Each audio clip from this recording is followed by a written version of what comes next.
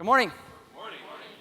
I don't know about you, but when you watch that, right, you watch those, two cells, right, replicate and duplicate. The thing I think about, and I've been in a lot of arenas and places and PhDs and researchers, the thing that I never bow down to or never, I'll say this, a unique advantage in any place that I will ever go and speak is that thing that we call innate intelligence. I'm sitting back there and I'm like, we've got a lot of science and I could go into some of that, we will. Dr. Mike nailed some, another Dr. Mike is gonna nail some, Dr. Ryan's gonna nail some today. But if you don't in your heart, in your spirit, recognize that there's something more, and I don't care if I'm talking to the researcher, a PhD, the greatest MD, a neurologist. Listen, what we have is the fact that two cells came together, created a living, loving, human, thinking baby, and that happened through the nervous system. And then therefore, if we can influence that in a very unique and beneficial way, then we actually directly influence that. And that's the thing, that when you walk into your doors on Monday, on Tuesday, on Wednesday, if you don't carry that unique thing, you may be a staff. I do speak fast. I can't help but look at that and say, I don't care where you're at, in Manhattan, in the middle of Times Square, you're at, in Africa, you're in Texas, you're in Atlanta. It doesn't matter where you're at, that's our uniqueness, is to say we view the body differently. You've been taught that you're weak, defective, bound to break down, and gonna need a doctor or drug. This is the reality though. There's a lot of things that you could have, thyroid and back pain and headaches and migraines, all that. But I'm gonna tell you, Mary, there's more going on in your body that's perfect right now than that's bad. And we're gonna not only focus on that, but we're gonna seek to what? Remove any interference. And the best data and research and evidence then supports what we do. So I can't help but get fired up, especially when I only got 20 minutes about this. So my job here, I'm the leadoff guy. So I get to, I know you here yesterday, but the job of a leadoff, I used to bat leadoff hitter when I played baseball in college and in high school. What's the job of a leadoff hitter? Get on base. That's all my job. So you've got a bunch of speakers coming up the rest of the day, some powerhouses. My job is to get on base, right? Because then we got to set the tone. If we get on base, what's the other job? Score. So I got hit 22 times by pitch when I was by pitches. I set the record in my high school, 22 hit by pitches, because of what was my job. Like I wasn't afraid to lean into a pitch because I got to get on base to set the tone. So I think about this morning, my job is to set the tone. Here's what I want to set the tone at. Chiropractic grows when you grow. Chiropractic will grow. I'm convinced of this. And I've been around the world and talking to chiropractors, coaching chiropractors and mentoring chiropractors. Chiropractic will grow when you grow. When you grow your practice and you can actually help more people. You can make more money, you can save more money, and you can actually give more money back to the profession, back to research, and the thing that we all need. So I may get to a slide or two. So here's the thing. So my topic, I've been talking about this. I've been getting heat for this. People are like, well, you've never seen my state. It's not that great time to be a chiropractor. And Henry Ford said, whether you think you're right or you're wrong, you're right. Whether you think you could do it or you can't, you're right. If you think it's a bad time to be a chiropractor, guess what? You're right. But I look around, I look at the suffering, I look at the sickness, I look at the stats, I look at the disease, all that, right? Then I also look at what do we have to offer?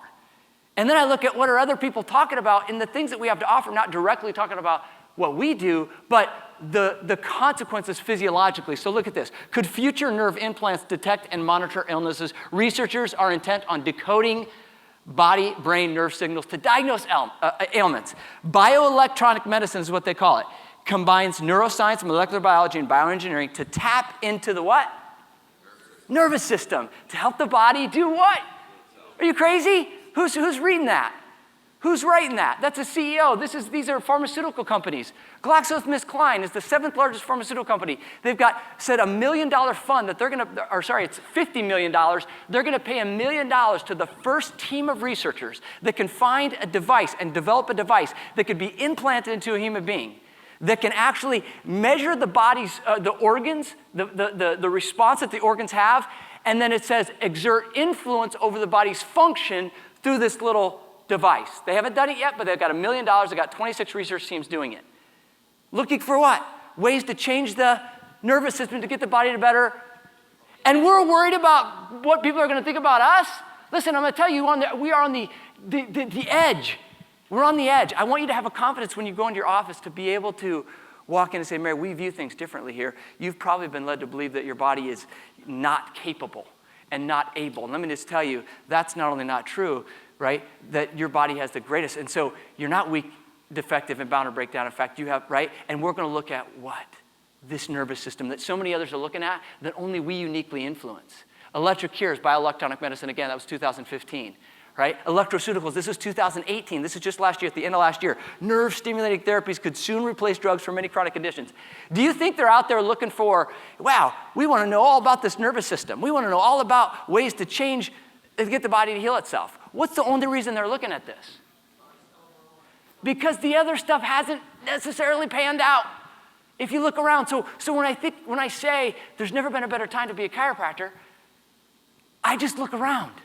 You look around, you say, wow, and then you see what we do.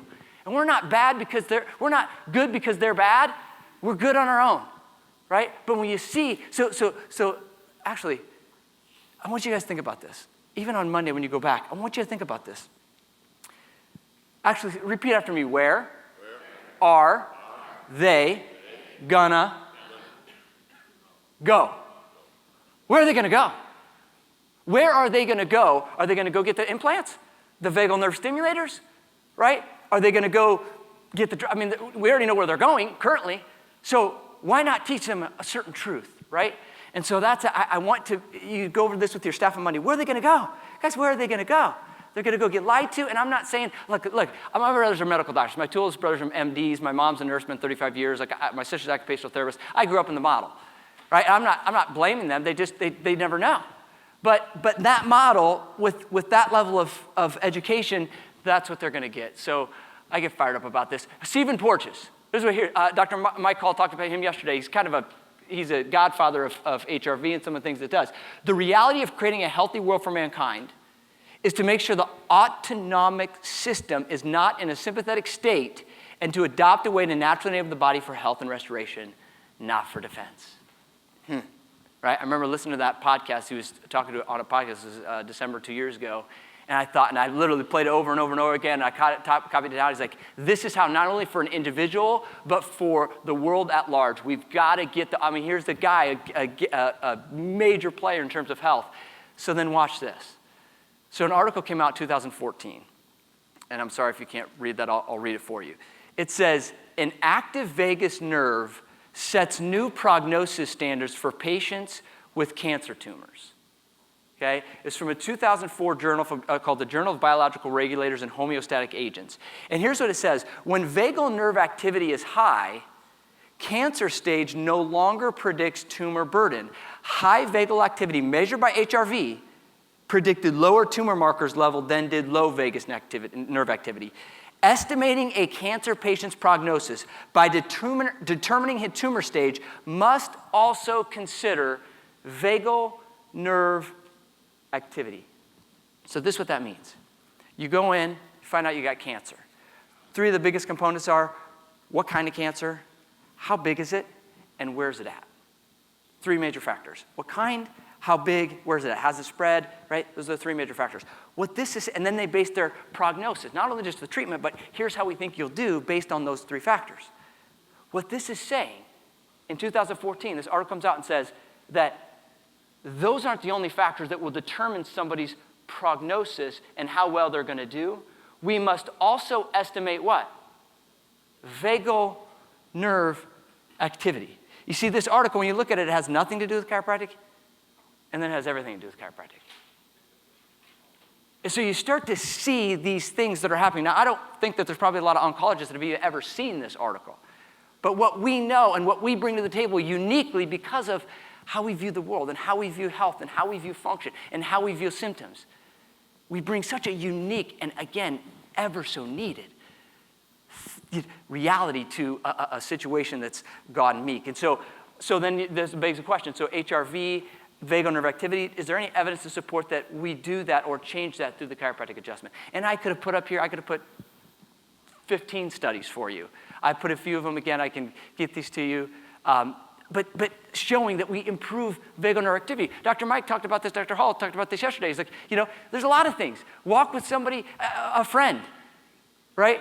Gargle, like singing, music, like there's a lot of things. But here's the thing, uniquely, we as chiropractors have an ability to influence an assault on the nervous system and vagal nerve activity like nobody else. You see? And so I think that people should hear that truth and then get an opportunity to experience that truth in terms of nervous system. And we were up in Montreal a couple weeks ago, and it's like we've got entire organizations and countries that want to take the nervous system out of chiropractic. And I said this up there, and I'll say it here. There's been a lot of miracles in chiropractic in 125 years.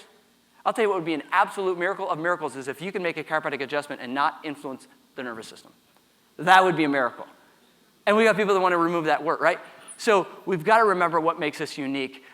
You're made for this. Like this is what we do, right? We take this revolutionary idea and we actually put it into practice so people's lives change. So if you want that video, just go to that.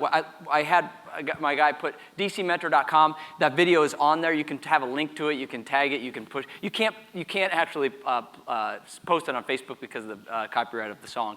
But you can play it to your staff. Like I want you to have that to get fired up before shift or before a talk or before a big event. And so, one of the things that in my closing minutes here, one of the things that I've done, and this is the way my head works is. I didn't create this poster because I want everybody to understand every spinal pathway that exists in terms of what happens with an adjustment. That's not why I did it. I want a patient to get off the table and look at that and say, wow, I didn't know, right? I didn't know that all that is going on. And I've talked about the spine recently. Like one of the things you have to do in your practice is start to talk about the spine. See, most people think the spine is just this hard set of bones that surround soft neural tissue. It's not the case. And I believe that once somebody gets grounded and understands, it starts to begin to understand, your spine is actually doing a lot more for you than you ever believed. It's not my belief on that, right? We in chiropractors, we think that we have to take this big thing on our shoulders and try to prove it to them. Listen, just look at the physiology of the spine, right? I said it's like a bicep. If you thought the heart muscle was like a bicep muscle, the things that a cardiologist would have you do if something was wrong, you'd be like, no way, crack my chest open, it's just a bicep. If I got to just get, right? But nobody thinks that because they know the heart muscle is so much different than the bicep muscle. You follow? What they don't know is the spine literally is driving force of so many aspects of health and human performance. And they don't know it. And then because they don't know it, they just think it's the bad back. And what we get an opportunity to say, no, it's not about the bad back. It's about function, right? And so and I want you to be able to do that and continue to do that. And the reality is we cannot feel most of this. We cannot feel most of this. And so I love this quote. Everyone wants to be successful until they see what it actually takes. I love the quote in the picture, right? My daughters are dancers, and I show this. I'm like, yeah, the dancing looks great, but it's the work that goes into it, right? And I'm going to tell you a story here in the last couple of minutes that I have. Like the work, like there's work behind it. There's no magic behind building a big practice, right? It's work. It's work. There's no magic behind making a lot of money. It's work, right? It's work. But it's good work. It's good work that's going to help a lot of people and do a lot of great for humanity and globally, worldwide. So here's what I tell you. So for me, and I've ran a lot of chiropractors, that you have this thing, you're not where you thought you'd be. You're not where you thought you'd be. And I'm going to tell you, there's always a time. There's a time to get out of it. And so I'm going to tell you, so I was 21 years old, and I tried to get into this bodybuilding show. So I told you I was a baseball player, I was a leadoff hitter. If you're a leadoff hitter, you got to get on base. In order to get on base, you need to be what?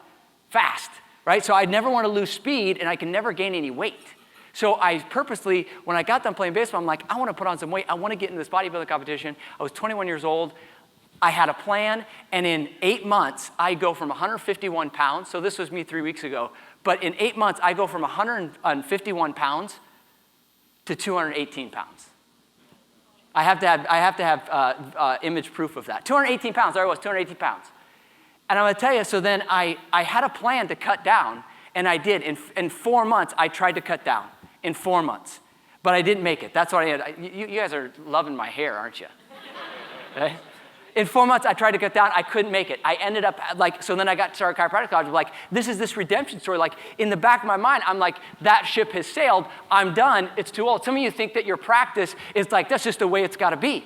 That's just the ship has sailed. I can't make this money. I can't help this people. I can't do this volume. I can't do it like he does. I'm going to tell you, you may be 25 or 35 or 45 or 80, right? There's some of you in the room. There's always a story. And I'm going to tell you, at 39 years old, I thought, you know what? I'll never do it. But this time I had a plan. And this time I had coaching, and this time I had strategy, and this time I had a different, and I was able to relive that about 3 weeks ago, the difference, right? So I look at the difference, and I think back, I'm like, I could have put that dream on the shelf. I was able to kind of relive that, but the difference was this. I had accountability, I had coaching, I had strategy, and I had a certain level of principle and philosophy that drove that. And I'm going to tell you right now, you get in the right room, you cannot be an island. You got to be around the right people, and you're in it. And I'm going to tell you, we're here to help. If there's any way I can help you, you let me know. Have a great day. Doesn't that look good?